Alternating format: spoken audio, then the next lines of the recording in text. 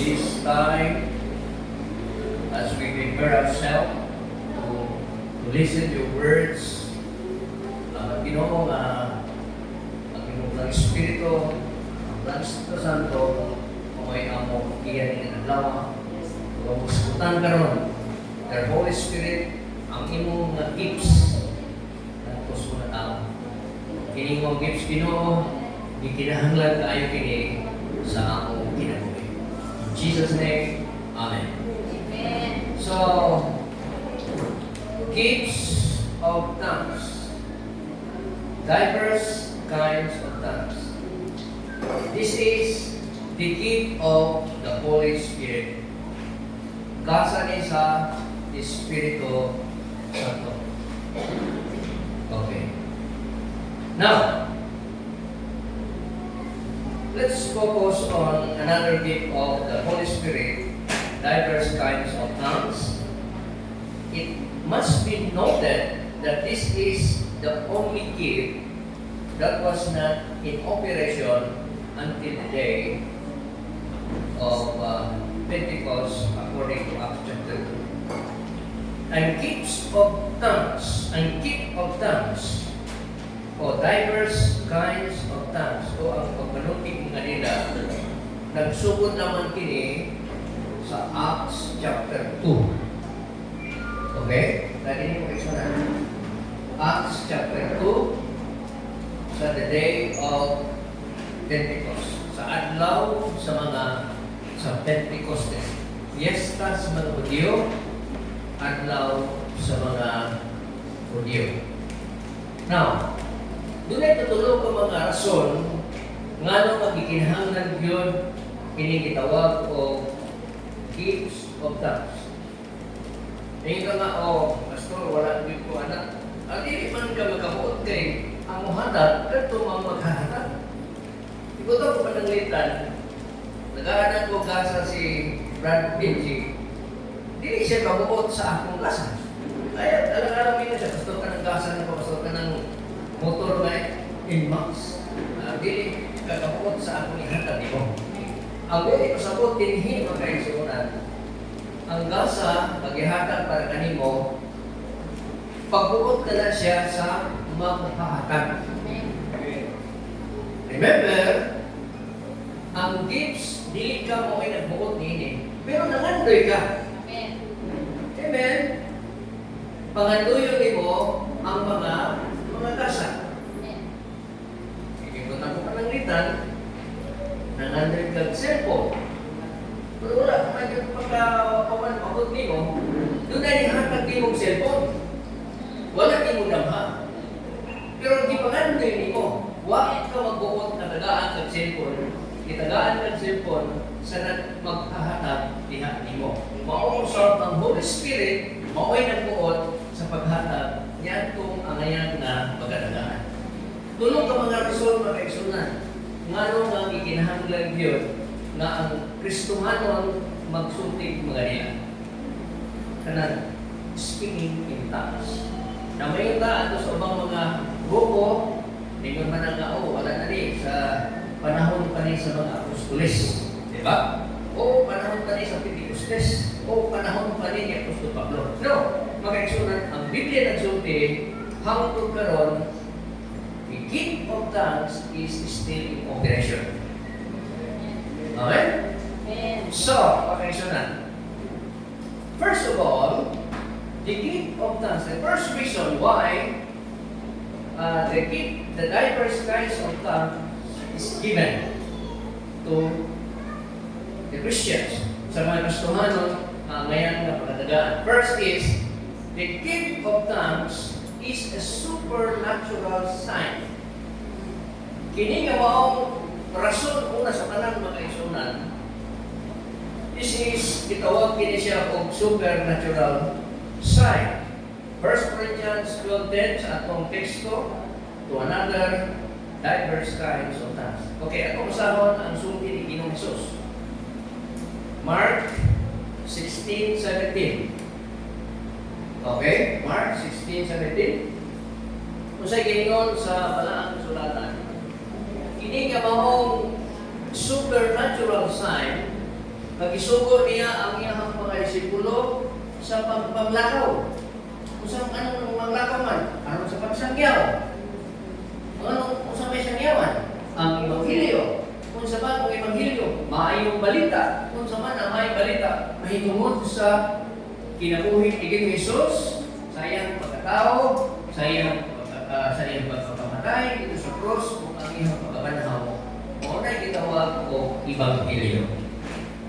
The word gospel, Ebanghelyo, it is from the Latin word evangel, which means, the word gospel means good news.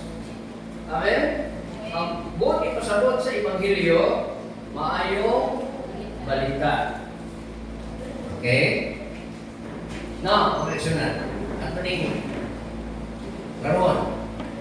Verse 17. And this sign shall follow them that believe in my name. They shall cast out devils, and they shall speak with new tongues. Binasayo na to. O kanila na magatuo, maganunod kini mga inahanan. Sa pangalan nilang pagulaon ang yawa. Sa kinsang pangalan? Sa pangalan ni Panginoon Jesus. Magasulti silang mga bakong sinutihan. Anong gitawag nilang bakong sinutihan, dili na sinutihan sa mga Thailand, sa mga sa Wika, sa Koreano, sa sa'yo. Okay. Kumusta mo siya? Ano ba siya? Okay. Hindi, makaiksunan, magasulti sila mga bagong sinutihan. Okay? 18. Magkukot sila mga bitin, o kung makainom sila mga bisan kung saan makahilo, dili sila makalaw. Ang nagmaskiton, pagkakandungan nila sa ilang mga kamot, o mga ayaw sila. So, diverse kinds of tongues. Kung sabot ini makaigsunan. This is the supernatural utterance. Sa Bisaya pa na siya makaigsunan, the word utterance, which means gisulti o paglitok. Kitawag ka na siya o supernatural ng paglitok na dili na ginahimo, ginalitok na ito kanunay sa atong natural na baba. Okay? This is the supernatural utterance by the Holy Spirit. Amen! Holy Spirit ang nagbuot diha nga magpagapaglibok diha sa imong dila, sa imong baba. Okay? Holy Spirit in language never learned by the speaker. Wa mo to nagsulti ka o mga bagong sultihan, kawa ni mo to never learned by the speaker, nor understood by the speaker. Bisan gani mismo siya nga nagalitok niini, di yun siya makasabot. Amen? Example, di ko kasabot ko wala. Hindi ko makasabot na nakasabot mo, dili? Dili. Okay. As the Spirit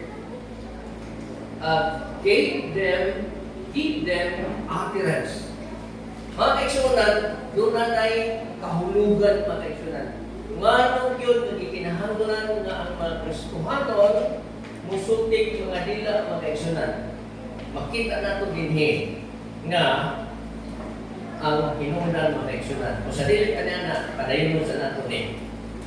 The language never learned by the speaker, nor understood by the speaker, nor necessarily always understood by the hearer. Bisan gani siya mismo ang nagsulti sa nagkadalaing mga pinungan, anongtang, bisan gani ang nagapamating nini, di gani yun nga makasabot. So, sa may hinungdan nini mga kaigsunan, dili masabtan ako na ako nagsulti, dili po masabtan ninyo sa inyong pagpamating, kung kamo ang magkakatalingo, kung sa may kahulugan din. Speaking with tongues has nothing whatsoever to do with linguistic or study language ability. Wala na kinahanglan na mag-study ka o abilidad kung saan pagsulit mga pinulungan, mga kaigsunan.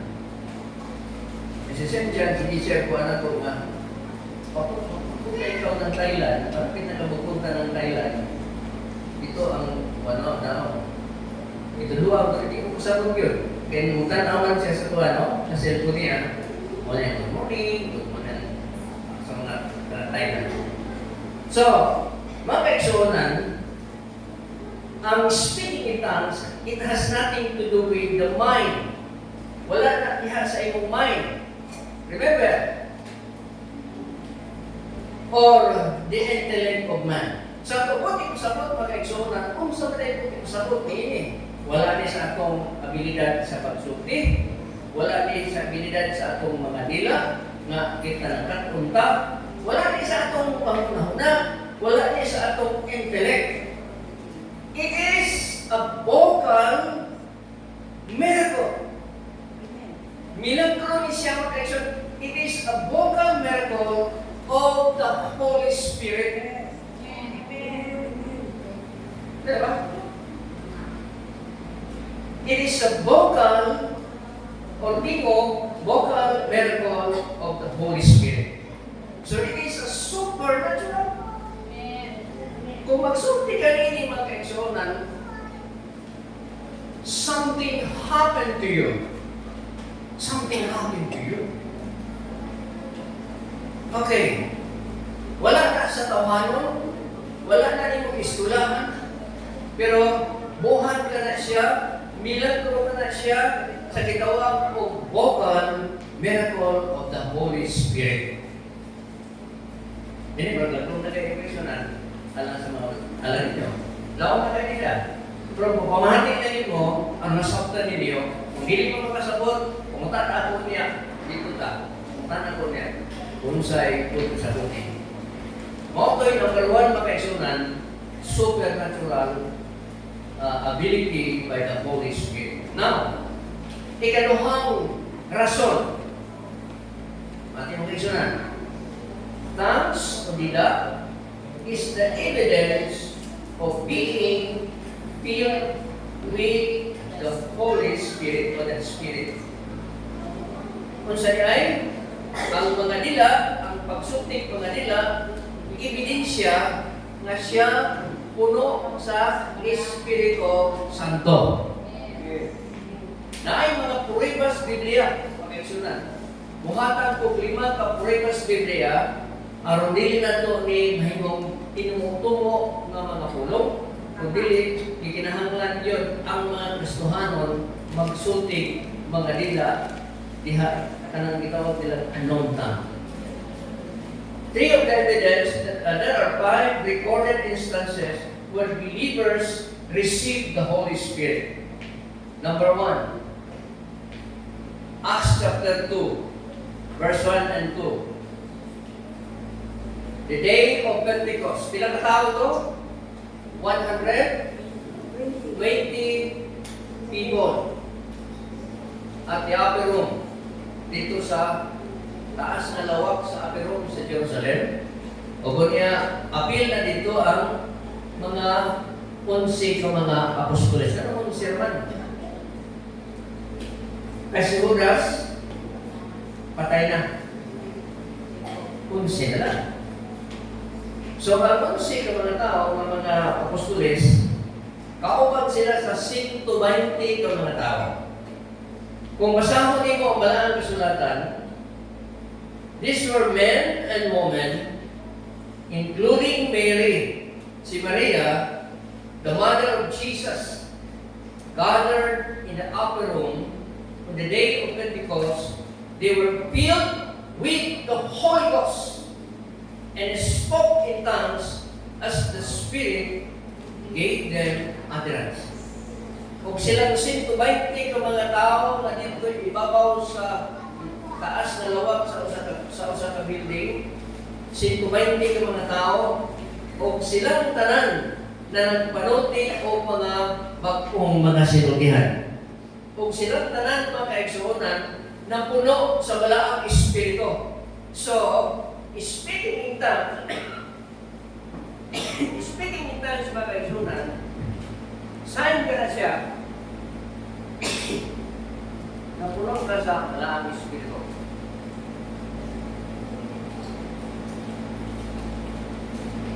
Okay?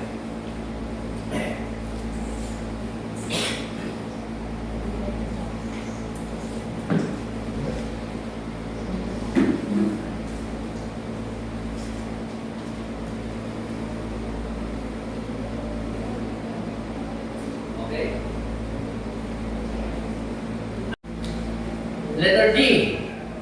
Acts chapter 10, verse 44 and 46.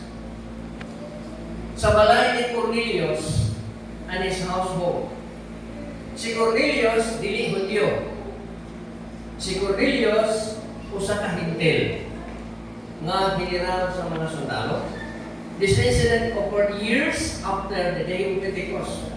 Mga taas ng mga tuigan, humana ang adlaw sa Pentecostes. As Peter was preaching the gospel to these first Gentile converts, they were all saved. Acts 11:14, and filled with the Holy Spirit, and spoke with other tongues. Napuno sila sa Holy Espiritu. Hindi nila kapukan nga sila napuno sa Espiritu kung nagpanulti sila mga bagong mga sinultihan. Nga naman, mo manisaad sa Diyos ngadto siyang apostoles. Okay, ato ta si katulo ikatapusan ng mensyonan. Letter E.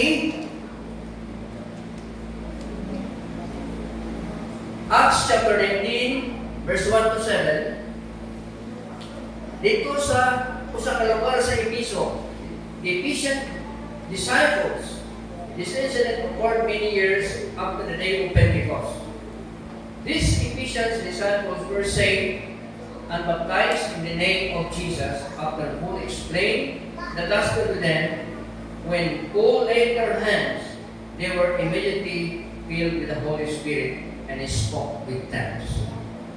So, mga kaisunan, di na ito masaktan ang grasa sa Espiritu. Di na ito ay maluan. Di masaktan sa nagapamatik. Pero kini mo ang sign na ikaw na puno sa malaang Espiritu. When you reject this teaching, mga kaisunan, kung i-reject di mo kini siya, mga kaisunan, di ko mapuno sa malaang Espiritu. Tinuod man na ang Holy Spirit sa kong kinabuhi. Pero that is the Holy Spirit, the same Holy Spirit upon your salvation. But this is not the baptism of the Holy Spirit. Lain ini siya na paagi mga kaisunan. Mao ka na ang ikaduhang bahin, kahulugan sa speaking in tongues, mapuno siya sa baptism of the Holy Spirit. Tapos ang kaisunan. The purpose of the speaking in tongues or different kinds of tongues. First, speaking mysteries supernaturally to God. Kung magsulti ka niini magkaigsunan, dili dahil para sa tao. Kung example, si Terence, mag-speaking in tongues siya, dili para sa tao. Para sa Ginoo. Mabasa ba? Mabasa na ito magkaigsunan. Basahan din eh. Oho. 1 Corinto 14:2.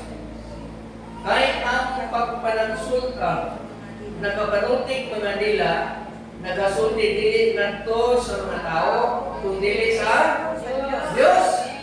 Amen! So, hallelujah! Nasabta na nato karon sa kaigsunan, kung magsulti kang nila, kung magsulti kang anuntan, dili para sa ako ba? Dili para sa yaha, kundi para sa Diyos. Kay wala may nakasabot kaniya, bisan tuod nga siya na nagsultik mga tinago diha sa Espiritu. Hallelujah.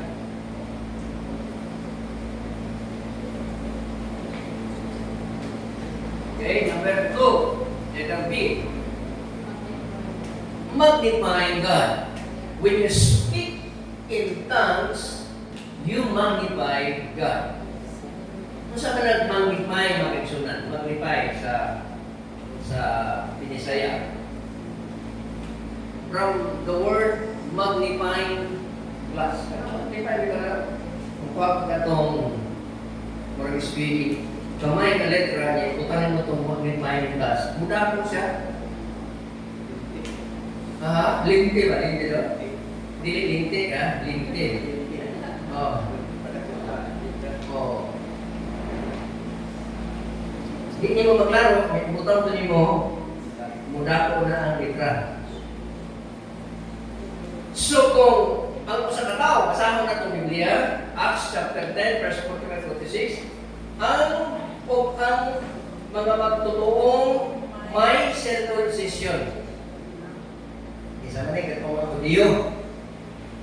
Ato pa katong mga Hudiyo, may circumcision siya. Abot ko sabot, ay ang circumcision, mauman ang pakigsaan sa Diyos na tubang Abraham. Puton ang tumoy sa ilang unod. O, kung mga Hudiyo niya ito, dili puton ang tumoy sa ilang unod, dili siya sakop sa panimalay ni Abraham. Tanang panahon na lingkod ka. Amen. Dili tanang panahon na kusgan ka. Doon ay panahon na maluya ka. Ang Espiritu Santo mutabang nimo. Diha sa diha mamakampo ka mga. Okay, ano man? Ingon dinhi kay kita ugod dili man makamaong o ampo sa hustong inabuan. Diba ko nang udang ng mga pre-request? Kay halos ka na pre-request, Lord, ako mo tigil, Lord, tuklakaw, bakta mo, tuklakaw. Next na kong simana, Lord, anak ko na bumigas tigil, Lord. Diba? Puro tigil na. Huwag mo, Lord. Wala siya makaigsunan, pag-ampo niya sa Espiritu. Amen. Pag-ampo, dili kita mag-ugod, makamaong, muampo sa hustong inakuan. Kapan ang Espiritu Santo, mao ang mangunay sa pagpangamuyo, alang kanato, uban sa laklong, pag-agulo, nga dili arang malitok sa mga pulong. Ay ang pag-ampo, pag-igsunan, di na kay kanunay nga magsulti ka sa mga butang imong ikinahanglan. Ang mga pag-ampo sa Espiritu, yan ang pag-ampo nga ang pag-agulo, Diyos lang ang nakimalo sa imong mga pagkinahanglan ng Amen. So, ang pulong sa Diyos, mga igsunan, ang paglutok sa mga puno silbihan dahil anota pag-ampo dahil sa isaktong kinabuhan. Makahibalo ka sa mga pag-ampo sa isaktong kinabuhan. Hello? I hope na naging panahon na karon makabalo na ng umampo mga igsunan. Diba? Dahil kung itulog mga pag-ampo, itulog na sa mga bata, ang mga pagkaon. Lord, thank you for this food. In Jesus' name, Amen. Bisag, nanganak na sila, wapon, Lord, thank you for this food. Hantod ka naman, tigulang na, Lord, thank you for this food. Kung tumo na lang mag-ampo, may tumo na lawas, pero mag-ampo. Diba? Ayaw ko ito mag-ampo ka. Taon, kanya pagmatay mo, hulog na. Nagigutom na nito. Salamat Lord sa naghatag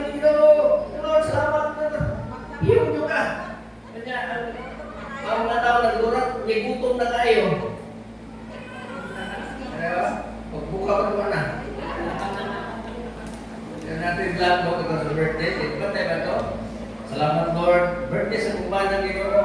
Kanon ko niya mga silingan. Nananghimang po. Wala, hindi lahat. Kita ba no? Pero, kaya, nakatimaho din sila Ginoo sa among binisya ng ahos. Tumot pagod kayo Ginoo. Nga naman sila, kung hindi siya ibitahan Ginoo. Buka pa niya. Wala na lang, ulit na. Lahat ng mga tilabot sa itong mensahe. Now, eksonan, katapusan, spiritual refreshing. Hindi mo balik mga eksonan. Spiritual refreshing. Speaking in tongues is a spiritual refreshing. Espirituhanong kahayahay. Kasama na ng biya.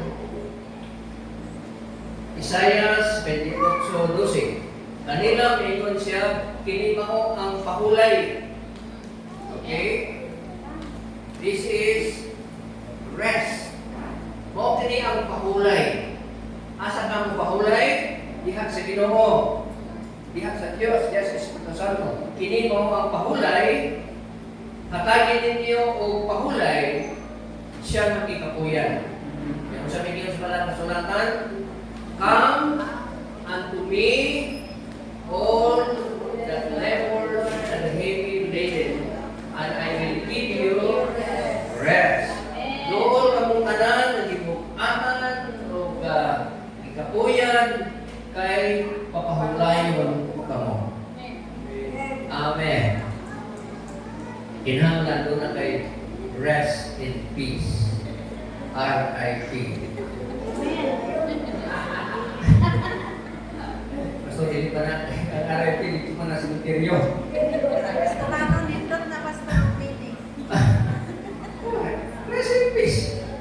Makita niyo ito kanang mga tao, mga balong-balong namatay, batang R.I.P.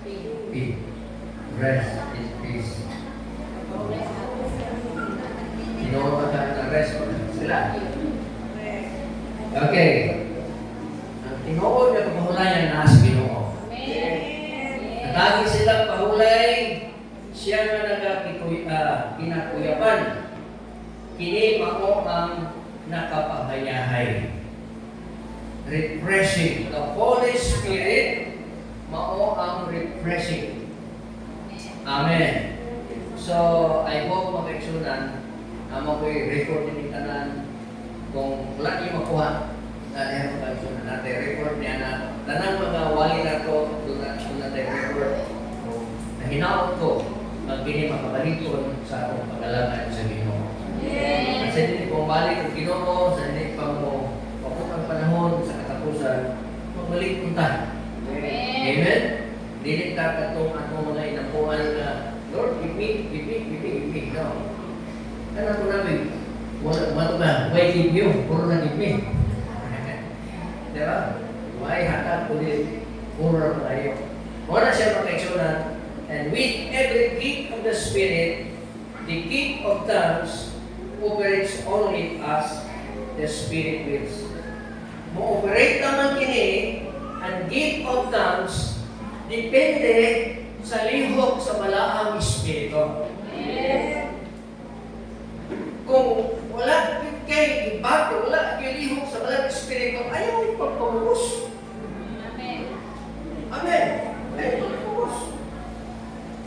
And, matong pas malaang sulatan, kining tanan, ginagasig, pinagi sa maurang Espiritu, nga nag-apod-apod, ngadto sa mata sa sumala sa iyahang kabubuton. Sumala sa iyahang kabubuton. Kaya kung ikaw muhatag ugasa, ako, example, kung muhatag ugasa, tanaw na ito ang klase sa tao. As Teresa, tagaan na ito may Carmelite. Hindi ka, laing tingin mo naman ba? Si Teresa na rin, Jose, di ba? Tanaw na po ang kahibutan, di ba? Mas maaari tayo sa break dalan sa 45. Ano? Pabili proteksyonan, ang Holy Spirit nakibalo siya sa imong Panginoon. Amen. Amen. Nakibalo siya sa atong tinguha sa atong kasi God will give you the desires of your heart. Hallelujah. Palakpakan na itong Ginoo mga kaigsunan. Piling mo basa na hinaot ko mga kaigsunan, inyong nakatunan ninyo. Kaya ang pagsutik mga dila, anuntang, dili para sa kuha, dili para sa iya, o dili ngadto sa Diyos. Nagsutik ang dila ngadto sa Diyos. Ano ikaw magmalikon na kaigsunan? Tito na nanan, matod ka sa pagpasalamat. Hallelujah. Oh, Jesus. Hallelujah. Oh, Lord. Hallelujah. Jesus Christ. Hallelujah. Thank you, Jesus. Oh, hallelujah.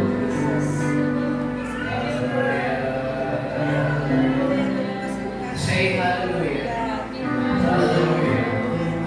Hallelujah. Thank you, Jesus. Hallelujah. Jesus, hallelujah. Oh, hallelujah. Oh, hallelujah. Jesus, hallelujah.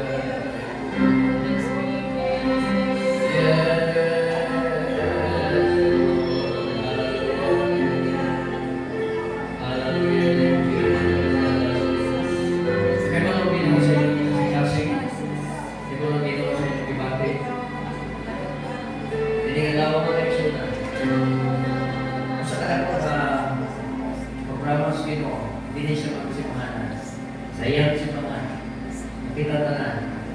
Gusto Ginoo na magsinati ang ining atong diwali. Yes. Hallelujah.